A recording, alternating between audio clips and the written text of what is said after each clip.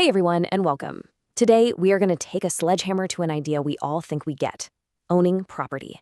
Because it turns out you don't really own the dirt and the grass. What you actually own is a set of rights, and you're not the only one holding them.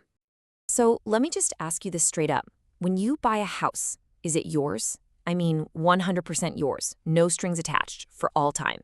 I think most of us, our gut reaction is to say, yeah, of course.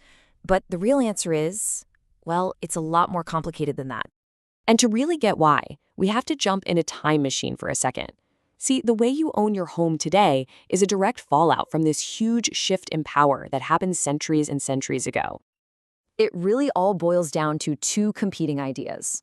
Way back in the day, you had the feudal system. Super simple. The king owned everything. All of it. You were just a tenant living on his land. But then a totally revolutionary idea came along, the all-deal system, which is what we have now. And it basically said, no, individuals can own land privately. That was a game changer. But, and this is a huge but, when the government, kind of the modern-day king, right, gave people the right to own land, it didn't give away all of its power.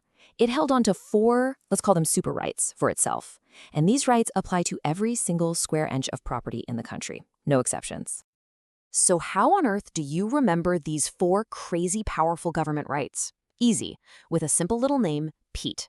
Just think of Pete as the government's permanent, non-negotiable stake in your property.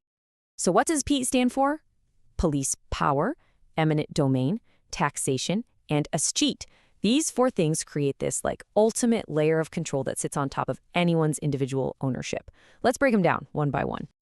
All right, first up, P is for police power. Now, right away, let's be clear. This has nothing to do with police officers or anything like that. This is the government's basic right to make rules for how you use your land, all in the name of public health, safety, and welfare. And you see this everywhere, every single day. You know those zoning laws that mean your neighbor can't just decide to open a noisy factory next door? Yep, that's police power. Building codes that make sure your house won't fall down? Police power. Environmental laws, fire codes, all of it is the government setting the ground rules for the good of the whole community. Okay, next up in Pete's is the first E, and this one is a doozy: eminent domain.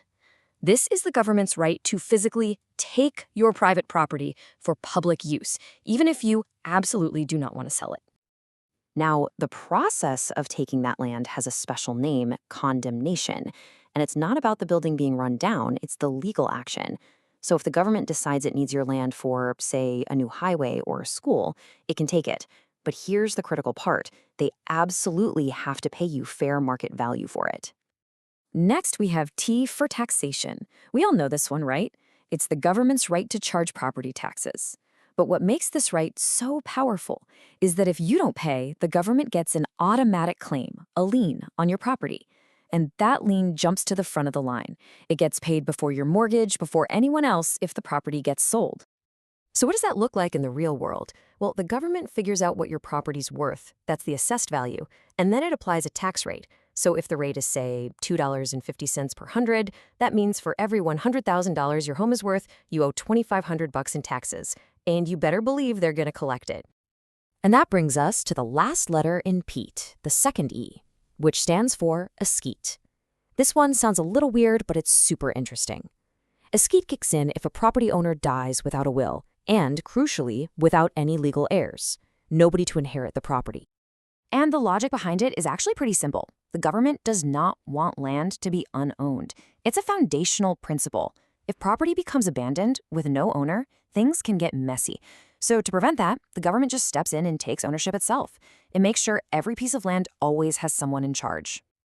Okay, so that's Pete, the government's permanent slice of the pie. Now, with that foundation in place, let's talk about your slice. The kind of ownership you can have basically falls into two big buckets. And honestly, this might be the most important distinction of all. You've got freehold estates, which is what we all think of as actual ownership. It lasts for an unknown amount of time. It doesn't have an expiration date. Then you have leasehold estates. This isn't ownership at all. It's just the right to possess and use the property for a set period of time. The easiest way to think about it, you're renting. Now, within that ownership bucket, the freehold estates, the absolute best you can get, the gold standard, is called fee simple absolute. It gives you the most rights with the fewest built-in limitations. But, and you knew this was coming, it is still subject to those government powers we just talked about, Pete. So, we've got the government's rights on top, and then we have your type of ownership underneath that. You'd think we'd be done, right? Nope. There is one more layer of complexity we have to talk about: encumbrances. Think of these as other claims or limitations that are stuck to the property itself. Simply put, an encumbrance just means that somebody else has some kind of right or claim to your property. It limits what you can do. And here's the wild part. Almost every single property has at least one encumbrance, whether it's a mortgage, a neighborhood rule, or something else entirely. A really common example that makes this easy to understand is called an easement. An easement just gives someone the right to use a part of your property for a very specific purpose. You know, like when the utility company needs to get to the power lines in your backyard, that's an easement.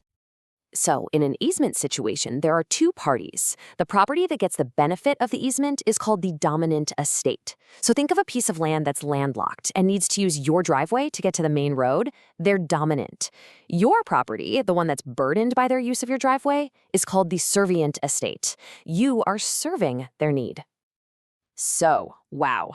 After peeling back all these layers, from the government to the type of estate to your neighbor's right to use your driveway, what does it actually mean to own your home? Well, it means you don't own the physical dirt in some absolute, untouchable way. What you really own is a bundle of rights to use and enjoy that property. And that bundle has limits. It's limited by the government's Pete powers. It's defined by whether you have a freehold or a leasehold estate. It's burdened by encumbrances like easements and liens. And it can even be controlled by private rules, like the ones from your property owners association. So the next time you stand in your yard and look at your house, you might see it a little differently. Not as just this thing you own, but as your specific place in this incredible web of rights and responsibilities. So knowing all that, what does owning your home really mean to you now?